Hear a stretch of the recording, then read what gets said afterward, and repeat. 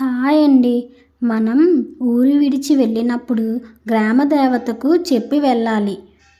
మనసులో నమస్కారం చేసుకొని పొలిమేర దాటి వెళ్ళాలి. అమ్మా, నేను ఒక పలానా పని మీద బయటకు ఊరు విడిచి వెళుతున్నా తల్లి. క్షేమంగా తీసుకొనిరా అని చెప్పి బయలుదేరాలి. మళ్ళీ పొలిమేరకు తిరిగి వచ్చినప్పుడు చెప్పులు విప్పి నమస్కరించుకోవాలి. అమ్మా, నీ అనుగ్రహంతో నేను మళ్ళీ తిరిగి వచ్చానని తల్లికి చెప్పుకోవాలి. నిజమే కదండి, ఇది మన పెద్దల నుండి వస్తున్న ఆచారం.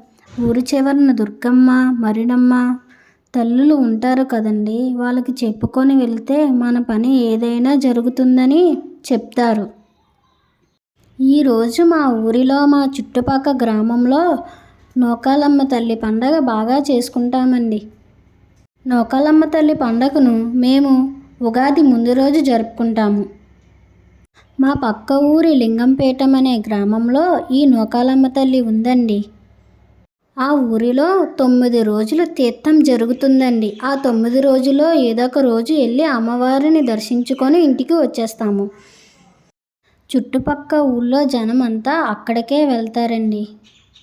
నూకాలమ్మ తల్లికి అస్సలు కోపమే రాదంటండి, చాలా శాంతంగా ఉంటారంట.